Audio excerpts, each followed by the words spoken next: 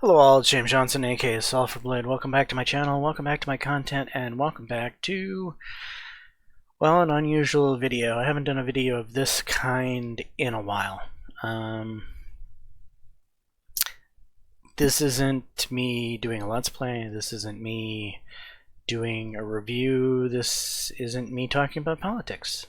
Well, in a way, I guess this is kind of talking about the culture war. I'm talking about Kingdom Come Deliverance 2. And so this is news about an upcoming game that in the past, I don't know, 24 to 48 hours, there has been a lot of rumors circulating that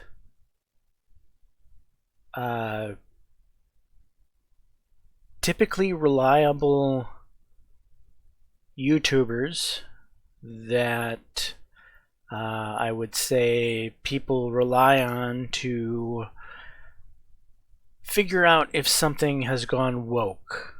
Some of these typical YouTubers that we trust were tricked. They got it wrong this time. And this is in regards to Kingdom Come Deliverance 2.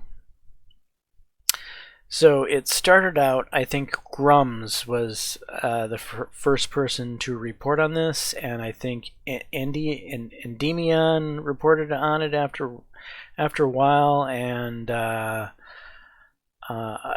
several other people also went down this rabbit hole of basically claiming that Kingdom Come Deliverance 2 was going to be woke. And much of their claims was because Daniel Vavra was being vague about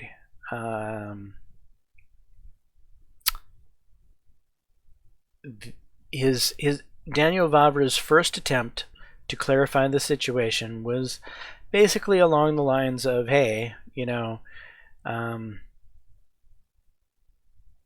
I hear your concerns, but trust me, it's all fine. He basically assumed that we would take him at his word. And why wouldn't we take Daniel Vavra at his word? He has been one of the most based, one of the most stalwart developers from the right position of the culture war in gaming. He was there from Gamersgate to when Kingdom Come Deliverance released the original game. The left went after him and he didn't take any flack. So it seemed like there were a lot of people that simply were not old enough to remember who Daniel Vavra is and what he's about, and that he's a based son of a gun. And these gamers ran with a narrative that some, you could call them tricksters on Steam, attempted to cultivate. I don't want to give these guys too much credit, but I think we have to give them some amount of credit in that they being probably Redditors, probably left-wing culture warrior Redditors, who were upset that their games like Dragon Age Failguard and what's another, Concord, games of that nature that failed miserably from because of a certain culture war perspective. These guys attempted to flip the script on Kingdom Come Deliverance 2. They were pretending to be right-wing culture war activists, if you will, on Steam, basically flooding the Steam forum of Kingdom Come Deliverance 2 with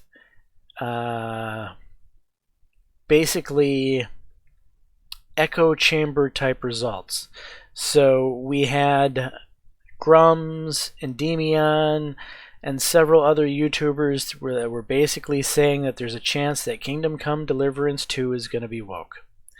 And then these tricksters on Steam were pretending to be far right gamers, basically saying Kingdom Come Deliverance is going to be woke. Now, who came first, the chicken or the egg? I don't know. I'm going to assume that this all started at Steam and that the YouTubers saw what was going on Steam and attempted to cultivate a story off of the fake outrage that was being created in the Steam forum by these trickstery leftist culture warriors pretending to be on the right and trying to give Kingdom Come Deliverance 2 a bad name. Well, now we finally have people waking up to the problem, and now Daniel Vavra had to clarify even more. He had to really break it down before people started to realize that we've been played. So here's Daniel Vavra's post about the situation. 1. There's no skippable cutscenes in our game. Anybody who claims otherwise has never played them. 2. We are not, nor ever were, banned in any country, at least not that we know of. So there's a claim, one of the very first claims that started in some of these YouTube videos is that Kingdom Come Deliverance 2 was banned in Saudi Arabia for homosexual content, basically. And this never happened. Fake story, completely. Number 4, gay characters were already in Kingdom Come Deliverance 1. So if you played Kingdom Come Deliverance 1, you will have known that Sir Istvan, who is kind of like the bad guy that shows up at Sir Radzig's castle in the beginning and at other parts in the game. You know he's the bad guy, but you don't really get to interact with him very much. But you do at some point in the game figure out that he is gay. And it was done in a subtle and secretive way. And you don't out him in the first game. Though there's speculation that in Kingdom Come Deliverance 2, Henry will probably have the opportunity to out Sir Istvan, or at least trick Sir Istvan somehow. Maybe Henry pretends to be gay with Sir Istvan, or it's possible that if you're a player that's into that type of thing, they might actually let Henry just do some gay stuff with Sir Istvan. Of course, that leads to some of the follow-up conversation we're going to get to here. So 5, KCD is an RPG. You are responsible for your decisions. If you want Henry to try same-sex adventure, feel free. If you don't want to, you don't have to. All affairs are and were in KCD 1 purely optional. The characters are perfectly aware that it was a forbidden sin. So I have a feeling you're going to get an option here to attempt to trick Sir Istvan, or maybe not so much trick Sir Istvan, but maybe even become Sir Istvan's lover. However, at the same time, I think that won't turn out very well for Henry, purely based off of what Daniel just said here. And I'm pretty sure that Daniel Vavra did not want to give these types of speculations out, as they are fairly spoiler-ish. One could piece together a bit of the plot line just based off of what we're reading here, like I just did. And I'm not going to say that I've, I'm omnipotent or I have any idea about what's going on in the plot, but I don't think it's such a hard conclusion to reach. Case 6. The game takes place in one of the richest cities in Europe, which was besieged by a massive foreign army. That's the reason why life is in such a city is more diverse than the life in villages, which were featured in the first game. So, in the first game, there was a huge culture war for Kingdom Come Deliverance 1, where basically the left was up in arms because Kingdom Come Deliverance 1 was completely and totally made up of white people. There weren't any black people, there weren't any people of color, there weren't any just, about the most variance of color you would have gotten in Kingdom Come Deliverance 1 would have been the Cumans, which are kind of nomadic steppe horde individuals that probably came from the area of Hungary, and they would have been slightly darker skinned, but still white. Anyway, that was a big problem for the left, was that there was no diversity. There were no black people out in the countryside of Bohemia. It wouldn't have made sense. Historically, you wouldn't have found many black people out in the countryside of Bohemia. So Daniel Vavra, trying to make something historically accurate, in the first game, you were operating in smaller towns, the countryside. It didn't make sense. Well, in this game, you're in one of the largest, maybe even the largest city in all of Europe. So Prague, which was the capital of Bohemia and probably the largest city in the Holy Roman Empire at the time, maybe Paris might have been bigger. Hard to say. It would have been a close contest between Prague and Paris at that time frame as to which city was the largest city in Europe, and maybe even on the planet. Who knows? But we think of things in a European perspective. We don't really think about cities outside of Europe during that time frame very often, I suppose. But from a European perspective, those were the two big cities on the continent, and so it would definitely make sense that you'd find a little bit more diversity inside of a city of that size.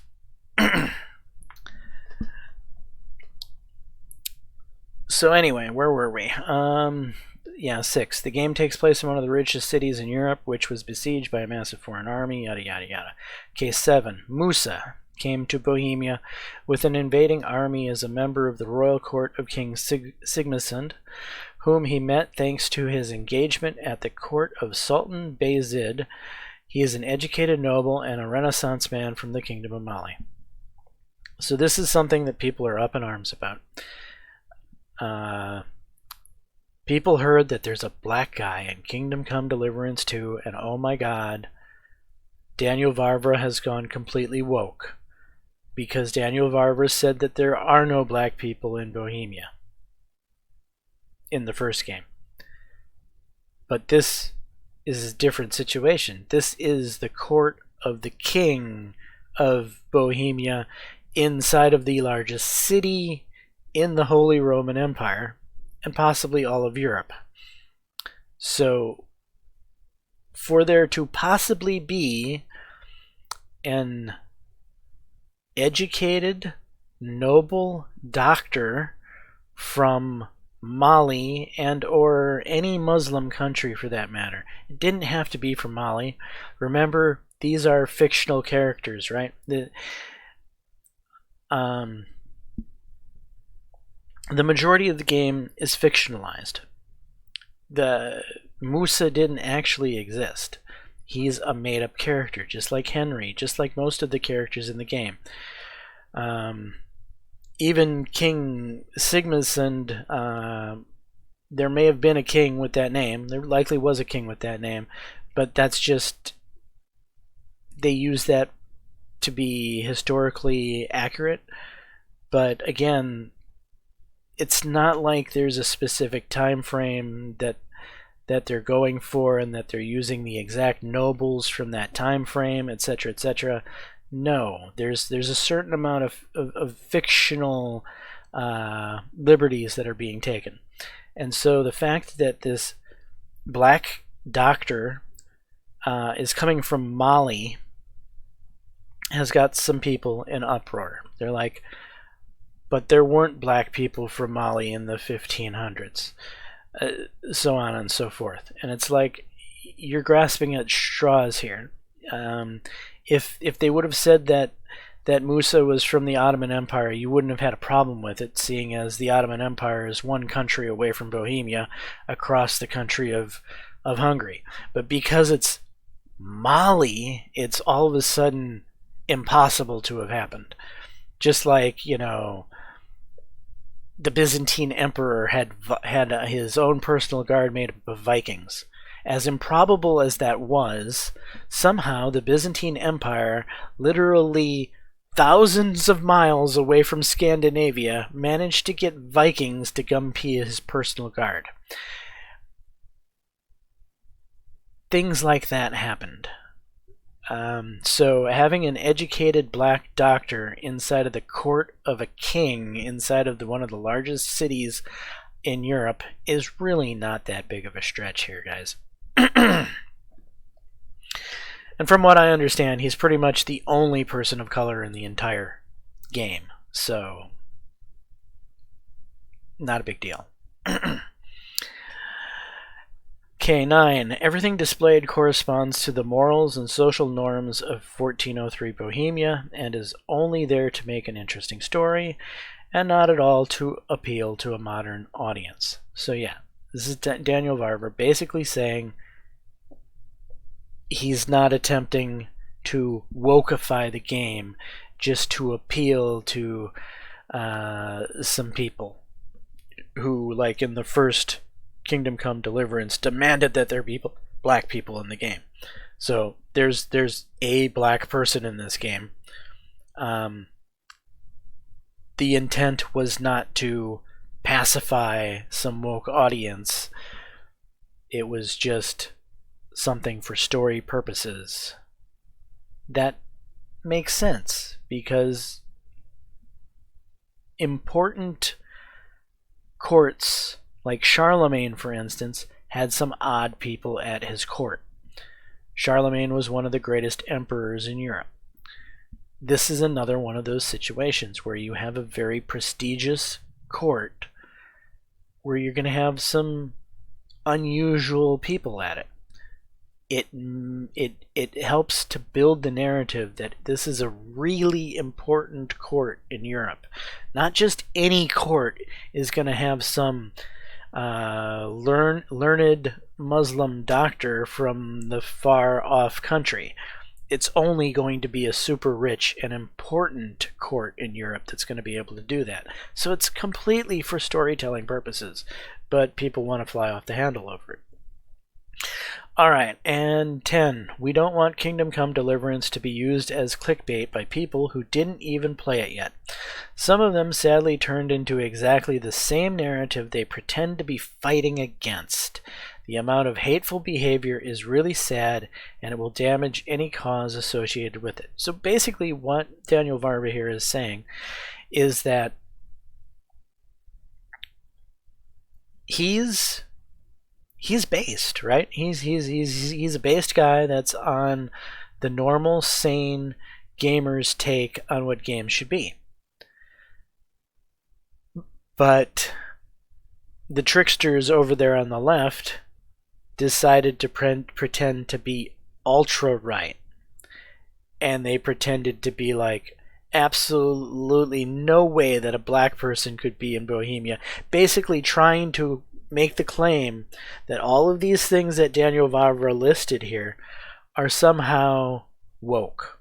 They want to turn this, they want to spin this into a narrative that Kingdom Come Deliverance 2 is this woke game.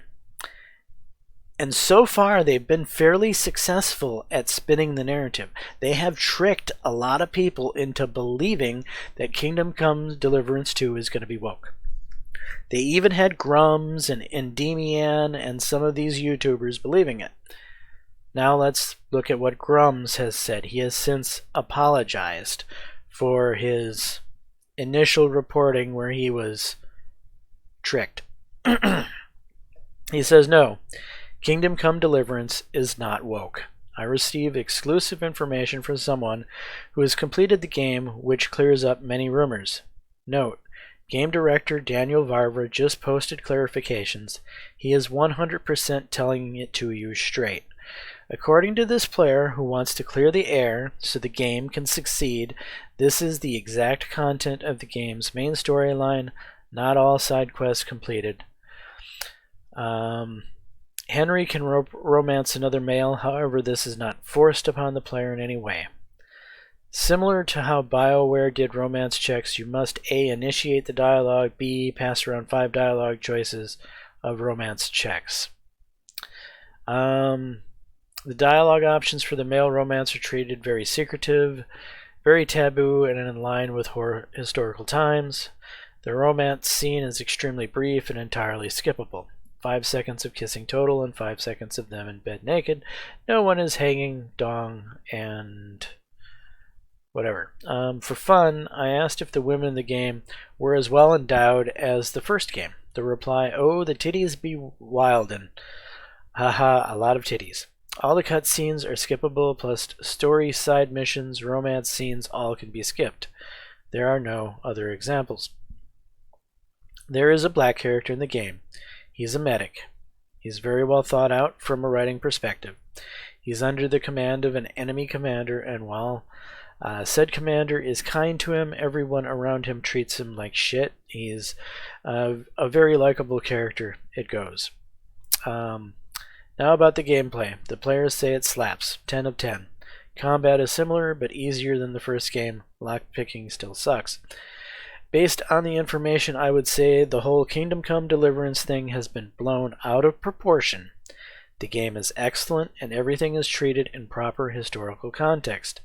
As this player said, the whole game is funny as fuck. It feels like old school." Okay, and if you don't believe Grums, or you don't believe what Daniel Varva here has said, I suggest you go check out Mac at Worth a Buy. Mac is not as large of a YouTuber as some others, but some people that know Mac know that he is a no-nonsense guy that doesn't like anything that's woke. And Mac is probably one of the biggest guys recommending Kingdom Come Deliverance 2 right now. He loves the game. Absolutely loves it. And Mac is a very picky guy indeed. He's one of the best game reviewers that you'll find on the internet. And if Mac says it's good, I'm telling you, it's good. Anyway, the point here is that some tricksters on the left basically pretended to be far-right culture warriors, and they actually convinced numerous people to believe that Kingdom Come Deliverance 2 would be woke.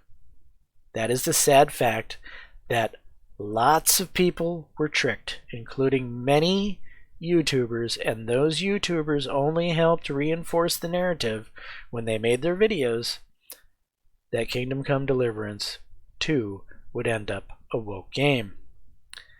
But that narrative is finally starting to fall apart, and that's why I'm doing this video. I basically want to help correct the record and dispel this narrative that Kingdom Come Deliverance 2 is woke, because Kingdom Come Deliverance 2 is more than likely going to be the game of the year. I mean, it's right there with Path of Exiles 2 for Game of the Year. More than likely. It might even be the greatest RPG of all time.